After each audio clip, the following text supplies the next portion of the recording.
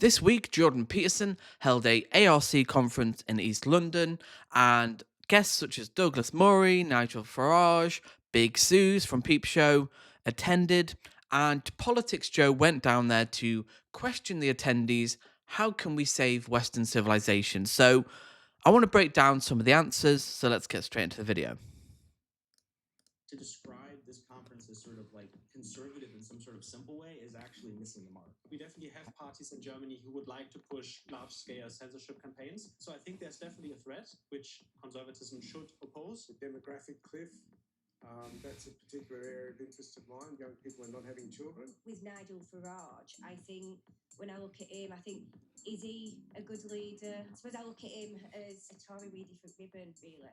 True. The world's most renowned right-wingers have descended on East London for the ARC conference. The Alliance for Responsible Citizenship is a conference led by Jordan Peterson, psychologist and thought leader on the right that believes in dragons. If Predator is real, in what way isn't Dragon real? Peterson opened the show on Monday with a 15-minute word soup. The dominance of the personality by local, narrow, and self-serving win is not a playable or noble game. Someone in the comments said, actually, this is a British reference, that he reminded them of Derek Akora, which made me laugh. Like Kelly Badenoch, who pretended she hasn't been in government for nearly all of her political career. They even had Big Suze. Nigel Farage was one of the big-ticket events, spending his Tuesday afternoon looking bewildered. Jordan Peterson talked at him. I'm stood out instead of dropping 150 pounds on the live stream to speak to some of the attendees. I'm pleased to be here because we're here to find ways of restoring the Western civilization that has been long lost. We're here to different policymakers, stakeholders, and people of different industry players are here to ensure that we put heads together, discuss, and see how we can interact and know how to restore the long lost Western civilization. How has Western civilization been lost? I read a lot of books, and I've had to also, do some history, and I found out that there's this value, that our forefathers or the founders of the Western civilization had.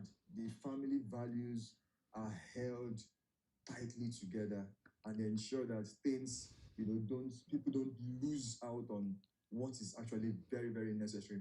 And those are, one, to me, faith in God, friends and family, finance, and several other things. But in modern times, we can see that the case is different. Okay, so we hear this narrative a lot on the right, like Western values, which is such a nebulous term. But there's a book came out recently by Josephine Quinn, which is How the World Built the West, and it's a history of the last 4,000 years, how ancient Mesopotamia, ancient Islam, Greece, Rome, how you can't look at Western values, which again, he talks about family values. That's a pretty universal idea.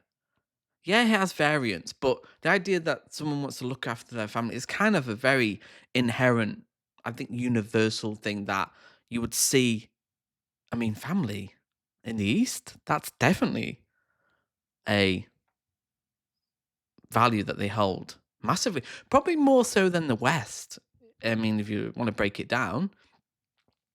So there's no inherent Western values that we like in a vacuum. Like somehow we've got a kind of,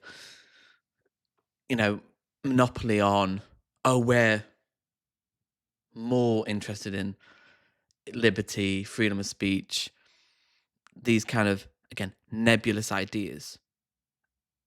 It is just weird how it's framed as like it's disintegrating, because in some ways it is, but they kind of want to go back as a solution, which isn't going to happen. Like, we're going to go back to some old illusory state, like 1950s, the 1880s. Like, when was the point where family values were what they were. I mean, again, incoherent. Any big ideas being discussed here on energy, on the environment, on the future of humanity in terms of the demographic cliff. That's a particular area of interest of mine because there's a lot of evidence in many, many countries now that young people are not having children, and that has enormous consequences for the future of many countries. In the UK, there's Yeah, I agree, but what's the solution? What would his solution be? Is he going to talk about wages, house prices too high, building more houses, like things that help people, young people, get on the property ladder, raising the wages, creating jobs? They don't talk about these. It's almost like, oh, just immigration, like changing demographics. Like, when I hear that, often, I would like to know what his solutions are there. been a handful of similar conferences, thinking of the National Conservative Conference and things like that. What is the kind of tangible difference between those conferences and this? For me, I'd say the most noticeable difference is the emphasis on Christianity here. I'm really surprised about how much that features in the talks and also among the delegates or the participants of the conference. That was actually unexpected. One thing I think that is encouraging, Which is so ironic when you talk about how, like, tolerance and forgiveness and understanding and helping the refugee, the good Samaritan, Christian love thy neighbor, turn the other cheek. Nigel Farage does not believe. I mean, he believes it in James McMurdoch when he, beats his ex-girlfriend, but he doesn't believe it for anyone else. They believe it's Christian values for them. Like, oh, forgive me if I do something bad, like Donald Trump does. He deserves forgiveness. But if it's anyone else, if it's a refugee, a asylum seeker, well, no, we can't extend. Use Christian values to kind of besmirch the other, which is, I'm sorry, Jesus wasn't about that. It's so cynical. is how diverse this conference is in terms of people from DEI. different backgrounds, and even on the political spectrum. I mean, I would say to describe this conference as sort of like conservative in some sort of simple way is actually missing the mark. There's a lot about. They always say that they have to be like, no, we're centrist. They even said it's a center right, and then you've got Douglas Murray there, a white supremacist. You've got Nigel Farage. You've got Jordan Peterson. They have to cosplay. It's like, oh, we're moderate. We're not extreme. These are normal values. Like, just deport millions of people. Yeah, I mean, there's a lot of people. I think if you slap the label conservative on them, who are here, I don't think they would find that that's a very accurate label to describe them. So I think casting things in this kind of simplistic liberal conservative sort of divide, I think does more to obscure what's going on in a conference like this than it does to explain it. Well, that's your framing. Like, when you just boil it down to liberal conservative, there's people who are more further right, there's people on the far left.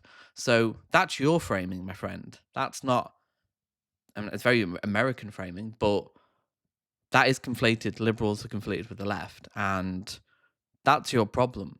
You would just see it as kind of like, but again, let's let him continue. I mean, I guess a lot of the speeches and a lot of the panels have. Some of them are, sure, yeah. So some of them are, right? They do have that bet, but I think that's not the whole scope of what's going on here, right? How would you distill the scope of what's going on here?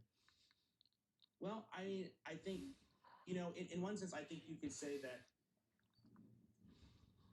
one dimension is that it has to do with a sort of dissatisfaction with, you could say people, elites or people in power or the current sort of order, the way things are, and people dissatisfied with that and wanting to sort of do something different, to imagine something new and different.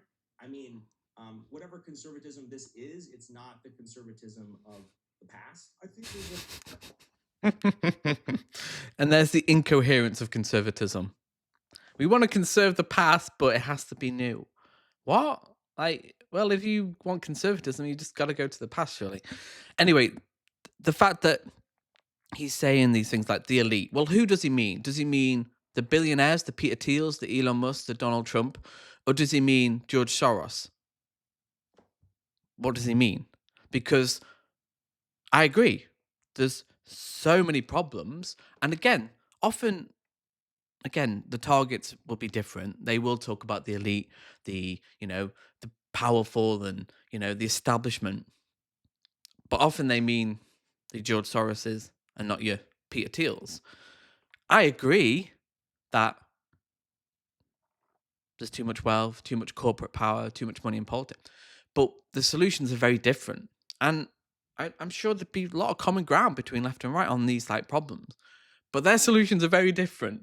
They want more capitalism. They want less regulation. They want less public spending. And that doesn't help the average person, essentially. It doesn't help even the average conservative. Like, your kind of average person, probably apolitical, who leans a bit more conservative on some things. Maybe they're a bit more left-leaning on other things. They don't benefit from what Trump and Farage are offering.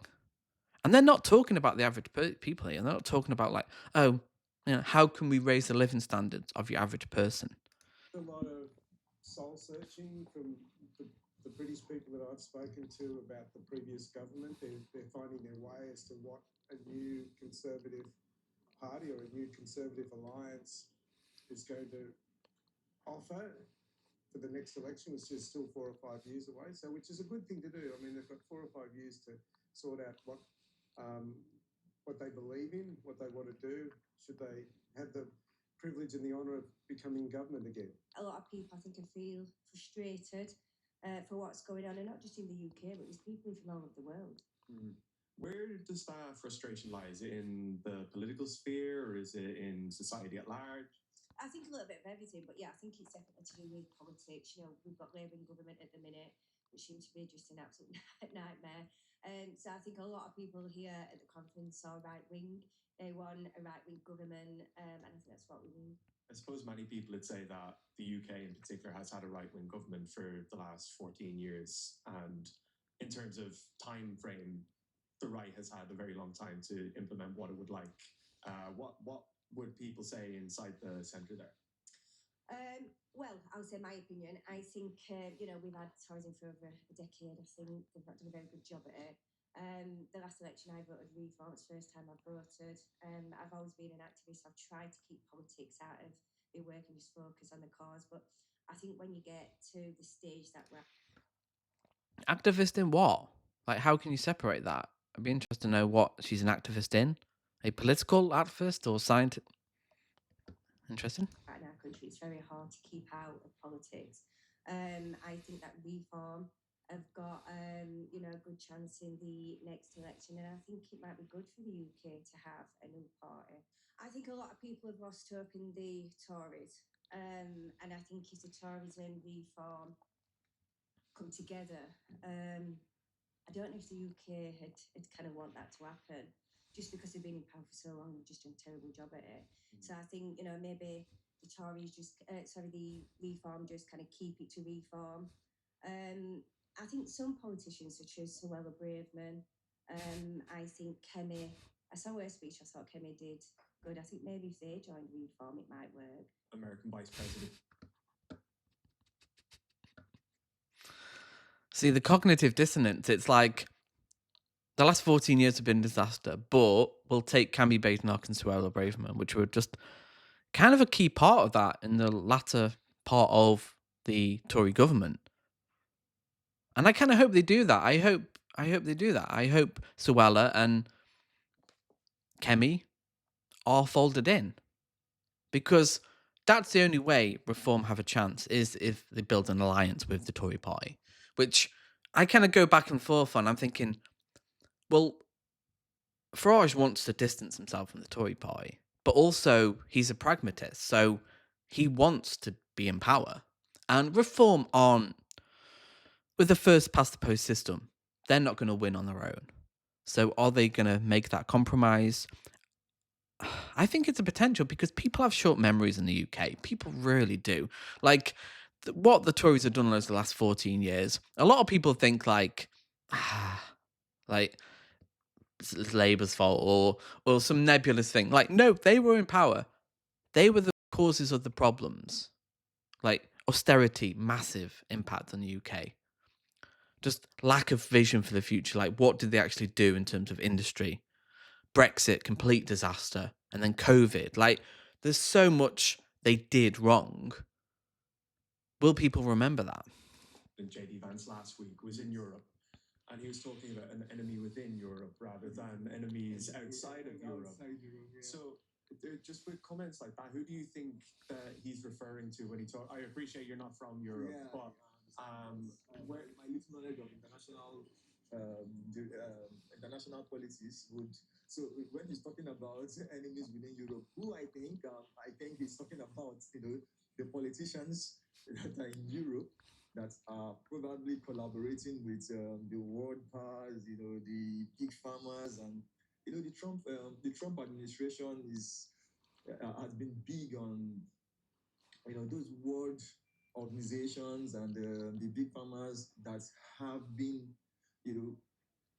eating up the fabrics of the value system of America. My personal opinion is that he was right. So It's true. Like, they have, like, but JD Vance isn't going to do anything. RFK, Trump, Elon Musk, they're just going to consolidate wealth and power like they always have. They're not going to challenge like, Trump ran on kind of draining the swamp first time. No, he just added his own people. And now he's got kind of ultimate power and he's just running wild. I think like all of this media outrage was again a bit overplayed. A lot of Germans, I think, also agree with that notion. And actually, there came a documentary out from a left-leaning American news station, essentially 60 Minutes, who basically accompanied our police by like at raiding citizens' homes for posting memes online, which I think most Germans are not really in agreement with. And I think in general, I would totally agree with the notion that the enemy from within is often much more dangerous than the enemy from outside adversaries, because you need competent leadership from within. It's deeply depressing. We have today the elections in Germany, and this kind of language, the enemy within, it's just so reminiscent of 1930s Germany. Like the enemy within, these people who are undermining the fabric.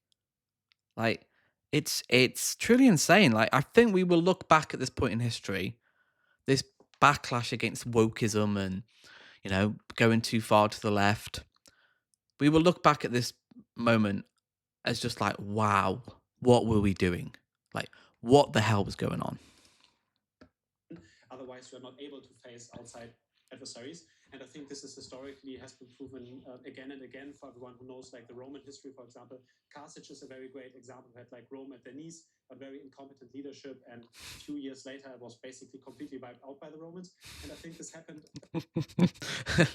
A Nazi confirmed. When they talk about the enemy within and then they start talking about Rome, you can pretty much guarantee that they're a Nazi. A lot of time, you win all conflicts, being it trade wars, being it actual wars, you win them with competent leadership. And I think we have the problem that we lack competent leadership all across Europe right now. So I would agree with JD Vance's notion on most points. What do you think is important to bring Of course to the you table that hasn't been brought by from one Nazi to another? Well, when I speak to people, there's a lot of concerns around stuff like the gang rapes, around immigration. And I think Tories and Labours have done a bad job at it. So I think when people look at reform, they look at them as it's the last hope, and that they're gonna kind of finally take action on certain things. Which I think when we look at those kind of issues, people are scared. It's a conversation that people don't want to have. And if we look at Rupert Lowe, I think Rupert's doing really well at the moment. He's saying a lot of things that other politicians don't want to talk about. I think with Nigel Farage, I think when I look at him, I think, is he a good leader, or is he just somebody that wants, to kind of fit in, be accepted by media? And I suppose I look at him as a Tory with a different ribbon, really. So I think there's a bit of question marks around Nigel as well at the moment. What are those emphasis? Yeah, Rupert Lowe, like, how is he still there? Like, he is just going off on his own. Like, he has no message discipline. And I think he will, like, if he keeps saying, you know, the quiet part out loud like he does, he's just kind of like a rabid dog on a chain, Farage will kick him out. And that will cause more kind of divisions in the party. People are questioning about Nigel Farage. Is he the guy? Is he too, you know, too much of a politician? I mean, that's all he's done apart from being a trader. Like, is he too, like, is he the problem? And I think that's what we need to lean into and push into that. Like, yeah, he's just a politician. He's just like them. He is just like them. He's part of the gang. And it's interesting she talks about, like, people interested in him. Are they scared of immigration? Because they're told to be. Like, they're constantly fed on GB News, be scared of immigration. And we need to push back against that. Like, who's really pushing back? I mean, even the BBC are complicit. Like, there needs to be pushback. But the media is complicit in the rise of Nigel Farage and these far-right talking points. This is in this conference is people who are concerned with sort of like family, and family and the most intimate relationships of family and local community being the foundation, right? And that's really a problem in our modern society. Is we have people who are very isolated and alone. We have families that don't work. Most people come from broken families, are not able to maintain lifelong relationships, and that's a concern that I don't think it. I mean, I think that's silly to sort of label that kind of a concern as conservative, right? I mean, well, it all depends, again, what your solutions are. There are problems with families. There are people who, but are you saying it's the individual, that they're just not working hard enough? That is a conservative narrative. Or is it inequality? Is it capitalism? Is it stagnating wages? Is it the fact that people at the top are getting wealthier and the people at the bottom are just getting poorer? Exactly. But again, he has to be dishonest and be like, oh, no, I'm not conservative. I've got concern about family. And yeah, a lot of conservatives have concerns about family, but they won't give the funding. They won't give, free childcare. They won't actually lift families up. They talk a lot about family, but they don't really help families. Like, what policies did the Tories bring in that help families? How will Farage help families? He's going to cut public spending. Do you think he's going to give help to families? Of course he's not. He's just going to do what they all do. It's like cut taxes for the wealthy, cut public spending, and probably privatize the NHS. I mean, that's something that's sort of common to everyone. What was clear is that ARC is not as Britain-centric as NatCon or any of its other... See, you should have asked pushback, like, okay, so what are your solutions? Yeah, I agree. Those are the problems. What are the solutions? And it'd be very different to what people on the left would say. And doesn't necessarily reflect the state of the British right as it stands, but perhaps the conversations on stage this week are a sign of things to come in political discourse here in months and years to come. Go and subscribe to PoliticsJOE. They do some really good stuff. Hit the like button, and I'll see you in the next video.